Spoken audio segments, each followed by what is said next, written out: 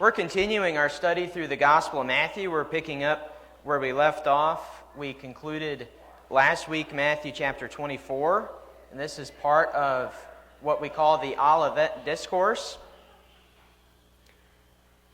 And the theme of the Olivet Discourse is that of judgment that is to come. And so we've looked at some of this already as we've been going through these couple of chapters. The first part of chapter 24 is Jesus explaining the signs of these judgments. You have on the one hand the destruction of the temple in Jerusalem, but then you also have the end of the age, the coming of the Son of Man. Those two things are the same event, the end of the age and the coming of the Son of Man. And so in the initial part of that chapter, Jesus explains the signs of when these things will happen. And in short, at least in terms of the coming of the Son of Man, we don't know when that's going to happen. There are signs that you can look to, but those signs are already prevalent and already in existence today. So what that tells us is it could be any time, it could be any moment, it could be 10 seconds from now. We don't know. Because of that fact, we looked last week at verses 36 through 51, which stresses the need to be prepared or to be ready for when that comes, when this judgment comes, when Jesus will return, and when the culmination of the end of the age will take place. And so you may recall this is sort of the key verse of all of this, keeping all of this in mind, in Matthew 24 and verse 36, where Jesus says, "But concerning that day and hour referring to when He will come back and when the end of the age will take place, concerning that day and hour no one knows, not even the angels of heaven, nor the Son, but the Father only." And so because it's going to happen suddenly, and because no one knows when it's going to happen, that tells us that we need to be ready for it. We need to have things in order. Just like how you may not necessarily know when you might pass on. You might have an idea, but accidents happen, injuries happen, illness happens. It could be any time, and so it's good to have things in order for when that happens. Same thing in terms of the return of Jesus. So the primary theme of this discourse, again, has been judgment that is coming. And so we've looked at a couple of aspects of that already. And now as we get into chapter 25, the idea of preparedness and being ready continues, except this time Jesus tells three parables. Or really, it's two parables and then a story with sort of a parabolic beginning. But there are three parables here in this chapter that Jesus uses to continue to stress the importance of being ready or being prepared, having things in order. And so the three parables, we're going to look at two of them today if I get through everything, are the parable of the 10 virgins or the 10 maidens, and then the parable of the talents. The parable of the talents is a pretty well-known parable. And then the third one being the separation of the sheep and the goats. That's also a pretty well-known passage, and we'll look at that, Lord willing, next week. So for now, we're going to get into Matthew chapter 25, and we are going to look at the first two parables that Jesus gives in this chapter. First, let's look at the parable of the 10 virgins, verses 1 through 13. It says, "Then the kingdom of heaven will be like 10 virgins who took their lamps and went to meet the bridegroom. 5 of them were foolish, and 5 were wise. For when the foolish took their lamps, they took no oil with them, but the wise took flasks of oil with their lamps. As the bridegroom was delayed, they all became drowsy and slept. But at midnight there was a cry, 'Here is the bridegroom, come out to meet him.' Then all those virgins rose and trimmed their lamps. And the foolish said to the wise, 'Give us some of your oil, for our lamps are going out.' But the wise answered, saying, 'Since there will not be enough for us and for you, go rather to the dealers and buy for yourselves.' And while they were going to buy, the bridegroom came, and those who were ready went in with him to the marriage feast, and the door was shut. Afterward the other virgins came also, saying, 'Lord, Lord, open to us.' But he answered, 'Truly I say to you, I do not know you. Watch, therefore, for you know neither the day nor the hour.'"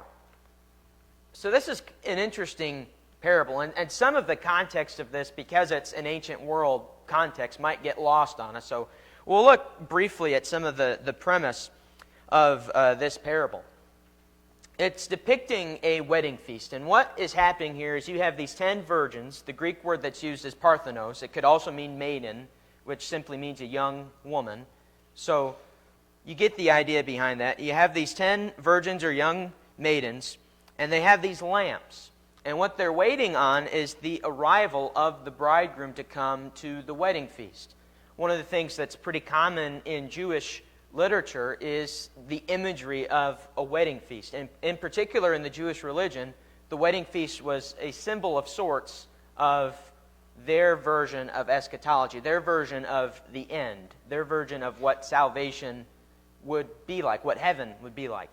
They imagined it as a big feast with the patriarchs and so on and so forth. And so this is playing into that a little bit. He's using an image that was familiar to them, the idea of this wedding feast that's going to happen. And they're waiting on the bridegroom to come. The bridegroom is the groom as we would think of it. We don't use the term bridegroom very much, but that's the context of this. And what is happening here is when that bridegroom comes, they will go into the wedding feast and then they will have the wedding feast. So when the bridegroom comes, it's party time. That's what they're waiting on. The party doesn't start without the bridegroom. Nowadays, it's kind of funny. The wedding doesn't start until the preacher gets there. But you still need a bride and a groom to have a wedding as well. There was a wedding I did a couple years ago, and for whatever reason, I'm still not totally sure why, the bride and the groom and the wedding party, they were present at the premises, but they weren't ready to start until like an hour after we were supposed to start. So they say things go wrong at weddings, and that was what went wrong for that one. We were very late, and I stood in the front the entire time waiting on them. This is an image depicting what the lamps that they would have used would have probably looked like. This is an archaeological rendition of what one would look like. And what this was, and there's different theories about this, because the word that's used as lamps could also be translated simply as lantern, or it could be translated simply as torch. So some will say that these aren't actually lamps or lanterns, but they're torches. Well, in the context, it seems like it's lamps, given what we know about Jewish weddings at that time. And how this would work is you would put the oil in there, and the wick would be in that portion there. And so, like you have with lamps and things today, you have oil, which fuels the fire, and the wick, which is what is burning. And so this is how it worked. And if you didn't have oil, you didn't have fire from the lamp or from the lantern. So this is what's going on here. And what's interesting, a lot of times when you see parables like this, Jesus will sort of build and build and build until it reaches its climax at the end of the story. Well, Jesus doesn't do that with this parable. He spoils it somewhat at the very beginning when in verse 2, he says that 5 of these virgins are wise and 5 of them are foolish. He doesn't waste any time getting into who the good guys are and who the bad guys are. He lays it out pretty plainly here. And so as you're reading this parable, you can see, okay, there's wise ones and there's foolish ones. What are the wise ones doing and what are the foolish ones doing? And what do I need to do in order to be like the wise ones? That's the idea in Jesus spoiling it up front. And it's interesting, he uses this imagery of wise and foolish. That might sound familiar to us if we're familiar at all with Matthew's Gospel, and in particular if we're familiar with the Sermon on the Mount, because this is the imagery that Jesus uses in his conclusion to the Sermon on the Mount. When he gets to what you would call the application part of that sermon, he talks about wise and foolish builders. This is an image I actually generated with AI, so I couldn't find a good image that didn't have a watermark on it, so I used the Microsoft AI thing, and that made that image. It looks pretty good, I think. But artificial intelligence. Heard someone say, I don't know what that is. So that story depicts the wise and foolish builders. And Jesus' point there is the wise builder is the one who hears my words and does them. That's as if you're building a house on a rock. The foolish builder, the one who builds his house on sand and the rains come down and the floods come up. I got that mixed up at the beginning. The rains come down and the floods come up, like the children's song that we sometimes sing. That's the one who hears the words of Christ and does not do them. And so keep that imagery in mind as we go through this, thinking about what makes someone wise and what makes someone foolish. The wise ones are the ones that hear the words and do them. The foolish ones are the ones who hear the words and do not do them. So keep that in mind as we go through this imagery, because I think that fits with this parable as well. Especially when you look at the reason why, in this particular story and in this particular context, why some are considered wise and some are considered foolish. Jesus says in verse 3, the foolish ones did not bring oil with them for their lamps. Again, going back to how the lamps worked, you obviously needed oil in order for it to work, in order to have the flame to light it. So the foolish didn't bring any oil with them. They were not prepared. The wise, on the other hand, they had flasks of oil with them for their lamps. And so already you begin to see the juxtaposition that's taking shape in this parable. The wise ones are ready, they're prepared, the foolish ones are not. And that is the comparison that we begin to see taking shape in this parable. The wise ones are prepared, they're ready, the foolish ones are not. And what becomes really interesting is as this parable is unfolding, the bridegroom is delayed. It's just like any other wedding that happens today. Sometimes the bridegroom is delayed. Sometimes things happen and you run a little late. Well, he is delayed, and we can assume that he's delayed quite a bit based on what happens. I'm getting a little ahead of myself, I think. So as you notice this, he's delayed, the bridegroom is. And what begins to happen is you can understand why they're foolish and why this is now becoming a dire situation. Because the foolish virgins, they didn't bring oil with them, so they're going to run out. They're not going to have oil for their lamps. They perhaps assumed that the bridegroom would have come sooner, but he's delayed. And in fact, in saying that he's delayed, that means he's running later than what they expected. By definition, that's what being delayed means. And so what this tells us, thinking about when Jesus comes, because this is the application of this parable, the bridegroom comes in his timing. It's not their timing. We might want Jesus to come right now. That would be pretty nice, I think. But it's not our timing, it's his timing, and we need to remember that. And that is what these virgins needed to realize as well. It's not when they want him to come. They might have an expectation of when they think he's coming, but ultimately he will come on his own time.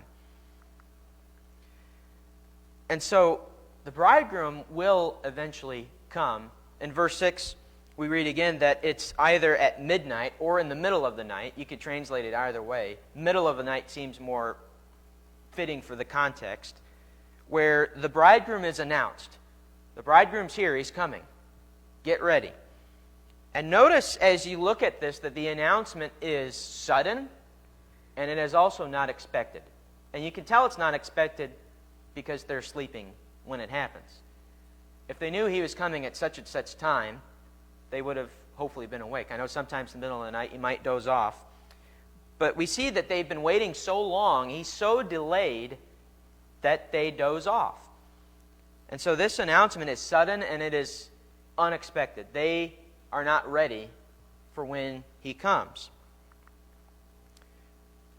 So as the bridegroom is arriving, you have the wise virgins who are ready, and then the foolish ones who are not ready. You again begin to see the juxtaposition of this. The wise are ready, the foolish are not. And it's interesting, the foolish virgins ask the wise ones to share their oil. And it makes you think, well, why wouldn't they have shared their oil? That doesn't sound very kind. That doesn't sound very courteous. Well, the answer is because there wouldn't be enough. What happens here is just a simple matter of we're not going to let your unpreparedness hinder us. We're ready. We did what needed to be done. You're the ones who aren't ready, and so you need to go and buy some oil. One commentator put it this way, because some people might find issue with this, that this is an unkind thing. Well, one commentator put it this way: this parable is an allegory about spiritual preparedness. This is not a lesson on the golden rule. What this tells us is we need to have personal responsibility of our readiness. If Jesus comes and we're not ready, we can't blame other people for that. It falls solely on ourselves. And so in what is rather ironic, The bridegroom arrives just as the foolish virgins are leaving to go and get the oil for their lamps. In verse 10, it specifically says, "And while they were going to buy, the bridegroom came." And so it's a little ironic. Just as they're leaving, here he comes. And those who were ready, notice that that's the word that Jesus uses. Those who were ready went in with the bridegroom. They go to the banquet. And notice also that the door is shut. That's pretty strong imagery that's being portrayed to us. Because a shut door means you can't get through it. The door is shut, and it's not going to be opened again. This implies that no one else is going to be able to get in. In other words, you weren't ready, and now you've missed your chance. Well, eventually the foolish virgins get their oil, and they come back. And you may notice what they say sounds familiar. In verse 11, they say, "Lord, Lord, open to us."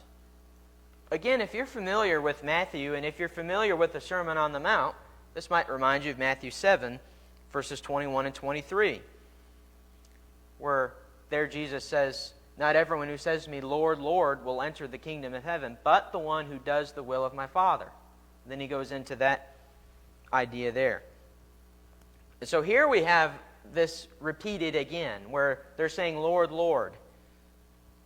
Well, just as in Matthew 7, the bridegroom's response here in this parable in Matthew 25 is simply, "I do not know you. I don't know you, so you're not going to get in." What this tells us, appealing to the Lord isn't enough. We must do as Jesus says in verse 13, where he says, "Watch therefore, for you know neither the day nor the hour." So he tells them they need to watch. That's a key passage there. Watch therefore. We'll get into more detail about what exactly that means in a little while. But before we get there, let's look at the next parable. The parable of the talents. And actually, before we read this parable, let me point out a few details. I've heard a lot of lessons on the parable of the talents. And the typical lesson that you might hear about this is, God gives you this talent, God gives you that talent, you need to use your talents, or else you're wasting the talent that the Lord gives you. A talent, as it's used here, is not in reference to our gifts or our abilities, like what we think of the talent. Like if you have a talent for mathematics, or if you have a talent for music, or whatever. It's not that kind of talent. What this is, a talent is, it's an old term. It's a term, again, because of our context, we lose the meaning of it. But a talent is a unit of money in this context. That's what it is. It's a unit of currency, just as dollars are or pounds are for us. And I think it's worth mentioning that God certainly does bless us with gifts and with talents in that sense of the word. God gives us abilities to do things, but that's not what this story is about. And so oftentimes you'll hear this story and it is taken out of context to say something that it's not really saying. And so a lot of times you'll hear people say, well, he has a talent for carpentry, or he has a talent for music, or a talent for talking to people. And if you don't use that talent, then you're wasting what God has given you, and so on and so forth. That's not what this story is actually about. So what is this parable about? Well, let's read it and let's see. Picking up in verse 14 of Matthew 25, it says, "For it will be like a man going on a journey, who called his servants and entrusted to them his property. To one he gave 5 talents, to another 2, and to another 1, to each according to his ability. Then he went away. He who had received the 5 talents went at once and traded with them, and he made 5 talents more. So also he who had the 2 talents made 2 talents more. But he who had received the 1 talent went and dug in the ground and hid his master's money. Now after a long time the master of those servants came and settled accounts with them. And he who had received the 5 talents came forward, bringing 5 talents more, saying, 'Master, you delivered to me 5 talents. Here I have made 5 talents more.' His master said to him, 'Well done, good and faithful servant. You've been faithful over a little, I will set you over much. Enter into the joy of your master. And he who had the 2 talents came forward, saying, Master, you delivered to me 2 talents. Here I have made 2 talents more. His master said to him, Well done, good and faithful servant. You've been faithful over a little. I will set you over much. Enter into the joy of your master. He also, who had received the 1 talent, came forward, saying, Master, I knew you to be a hard man, reaping where you did not sow, and gathering where you scattered no seed. So I was afraid, and I went and hid your talent in the ground. Here, ye have what is yours. But his master answered him, You wicked and slothful servant. You knew that I reap where I have not sown, and gather where I scattered no seed. Then you ought to have invested my money with the bankers, and at my coming I should have received what was my own with interest. So take the talent from him, and give it to him who has the 10 talents. For to everyone who has will more be given, and he will have an abundance. But from the one who has not, even what he has will be taken away. And cast the worthless servant into the outer darkness. In that place there will be weeping and gnashing of teeth. So what is this parable about if it's not about the gifts and abilities that God gives us? Well, we need to keep in mind the context of this parable. I always say the key to understanding a passage, the 3 keys are context, context, and context. Context is very important. And the context of this is within this discourse, the Olivet Discourse, that of judgment, and in particular, especially as we get into these parables, being ready for it, being prepared for it. And also keep in mind the immediate context of verse 13, the verse that precedes this second parable, where again, Jesus says, Watch therefore, for you know neither the day nor the hour. Because we don't know the day or hour when the end will come, we need to watch. We need to watch, therefore. And so what is happening here is Jesus is showing us how we need to watch, what kind of watchers we need to be. So some details about this parable, just getting sort of the gist of it. You have some different people at play. You have a man. He's the master here. They refer to him as master, so he's over them. You have a master who has entrusted what my version, what the ESV says is property. Other versions might say goods or whatever. And he entrusts it to servants. This is the word that's commonly translated as slaves. It's the same word. It's the word doulos in the Greek. It refers to someone who is subject under another. So you have a master and a servant. These are the characters at play here in this parable. And specifically, there are 3 servants here, and he gives out talents to each of these servants. And a talent, just for what it's worth, 1 talent equals about 20 years' worth of wages. That's what the footnote in the ESV reads in my Bible that I have here. One commentary I read said that a talent is actually about 6,000 days' worth of wages, 6,000 denariuses. And so what we see here is 1 gets 5, 1 gets 2, 1 gets 1. Even just the 1 talent is worth a large sum of money. This isn't just chump change that this master is giving to these people. This is a substantial amount of money. Another detail that we see here is each servant receives according to his ability. That's important to point out as well. Sometimes more people are more able to do things than other people. This isn't a matter of equality or equity. This is a matter of giving more to the people who are more capable. This is what you could call a meritocracy. And what we see as this story unfolds is we have 2 servants out of the 3 who are what you could call responsible. They've taken what the master has given them, they've invested it, they've traded with it, and they are able to make double. They're able to make a profit with it. But you have the 2 that are responsible, and then you have the 1 who was not. Have you ever tried to entrust someone with something and you just know they're not responsible? And you kind of assume they're not going to do well with it. You kind of assume they're going to fail. I wonder and this isn't in the text, so I'm just speculating, but I almost wonder if that's why he gave him 1 talent. Because he knows he's going to mess this up. Some people you just know you give them a task and they're going to mess it up. Well, that's what this servant does. The 2 that are responsible, they traded their assets. They traded the talents. But the one who's not responsible, he just digs a hole in the ground and he puts it there. And what ultimately matters is if they're faithful in their responsibilities or not. The 2 are responsible, the 1 is not. Well, notice the language that Jesus uses. His master said to him, and this is what he says in verse 21 and in verse 23, where he addresses the 2 responsible servants. Well done, good and faithful servant. You have been faithful over a little. We might use the word responsible, and I think that's a fitting word to use.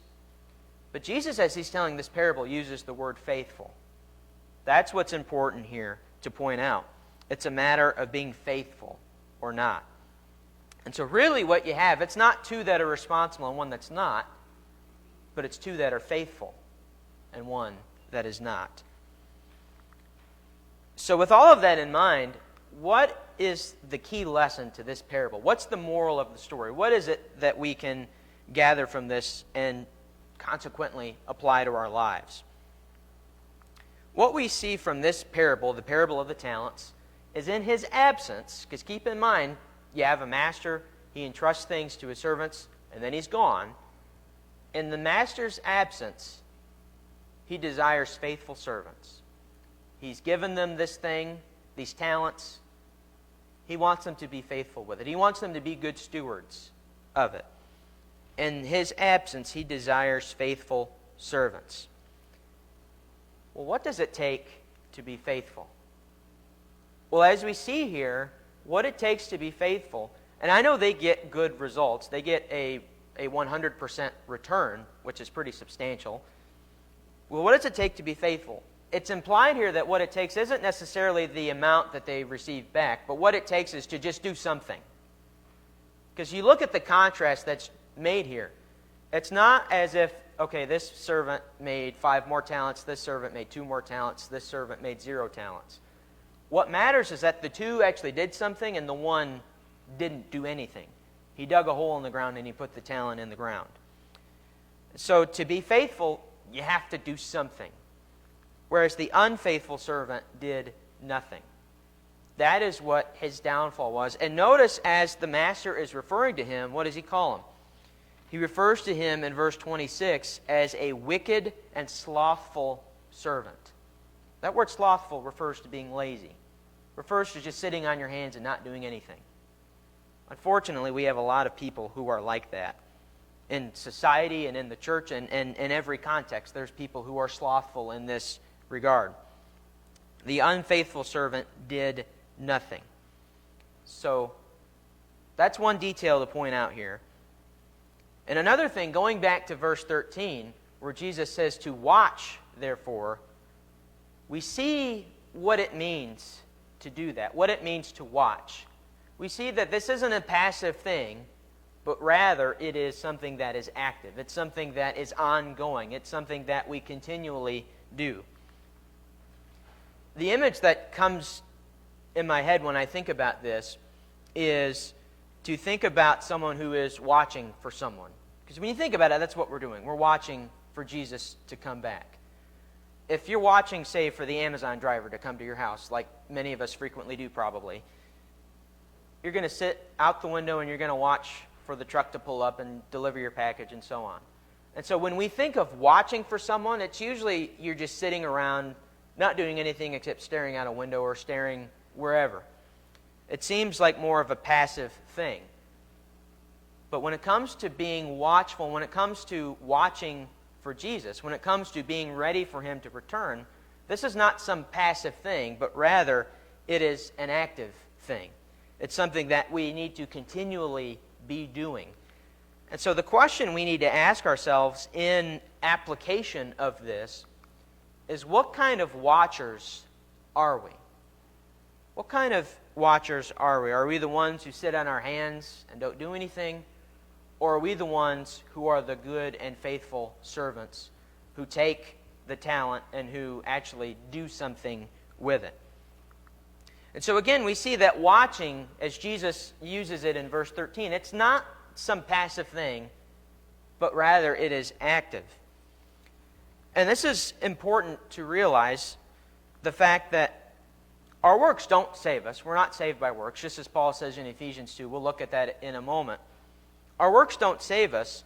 However, our works are what we're made in Christ to do.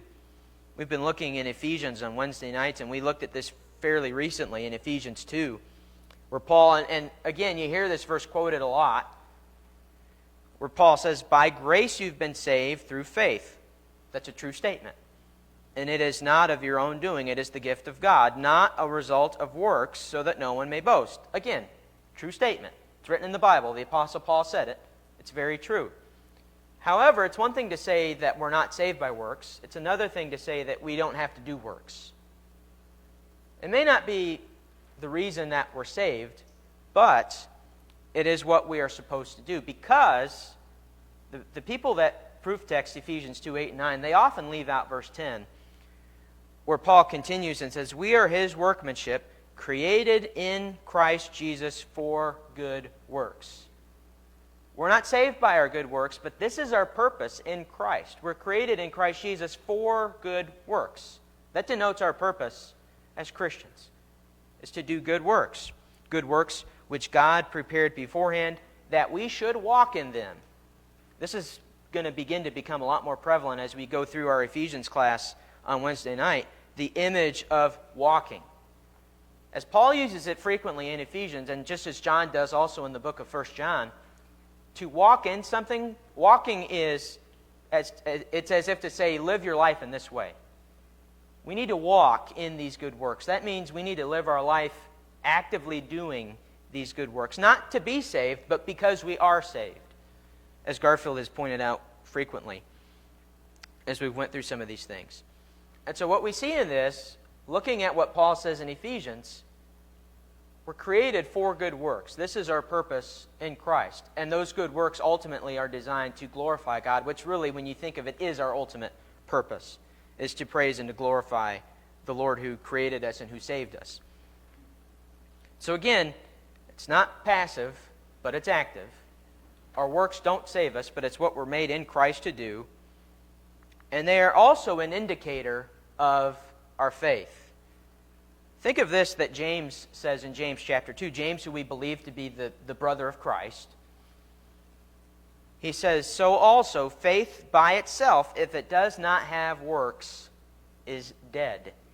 That's very strong words that James uses there, to say that faith without works is dead. He'll go on in the next verse, in verse 18 of that chapter, to say, "But someone will say, 'You have faith and I have works.' Well, he says, 'Show me your faith apart from your works, and I will show you my faith by my works.'" Here again, our works show our faith. It's an indicator of our faith. And think again of what we looked at previously with the last parable, with the parable of the 10 virgins. You can make the application here as well in Matthew 7. "Not everyone who says to me, 'Lord, Lord,' will enter the kingdom of heaven." It's not enough to just appeal to the Lord, despite what the religious world might tell you. But the one who does what? Who does the will of my Father who is in heaven. That is the one who will enter the kingdom of heaven. And it's interesting because in Matthew 7, Jesus goes on to say, they may say, "Well, Lord, didn't we do all these mighty works in your names, prophesying, cast out demons, and so on?" What does he go on to say? "Depart from me, I do not know you." And so the question needs to be asked, what kind of a watcher are we? Jesus says in verse 13, to watch, therefore. So what kind of watcher we are will determine what kind of servant we are. Thinking of one parable to the next. What kind of a watcher we are determines what kind of servant we are. The kind of servant we want to be is this one again in verses 21 and 23, the one who the master says, "Well done, good and faithful servant." These are the words that every human being should want to hear on that day. Well done, good and faithful servant. Well, how can we be that servant? We do it by watching. We do it by being ready. This is what Jesus is drawing out in these parables. And in the next parable of sorts, kind of a parable, kind of not a parable, it at least kind of has the beginnings of a parable. With the next story that Jesus tells of the separation of the sheep and the goats, we will see the consequences in more detail of those who are the good kind of watchers and the ones who are not. The ones who are ready and the ones who are not. But that is a lesson for another time. Any comments or questions? Garfield? Use this verse a lot. It's in Revelation 2:10 when John was writing the letter to the 7 churches. It says, "Be faithful unto death, and I will give thee a crown of life." So it's referred over and over again about being faithful. Yeah. And you quote that verse a lot. And one of the things you say in reference to that, to Revelation 2 and verse 10, it doesn't say to be perfect. We stumble, we fall, but it says to be faithful. Be faithful is to get back up and to keep going in that right direction, to stay dedicated, to keep watch. Anything else?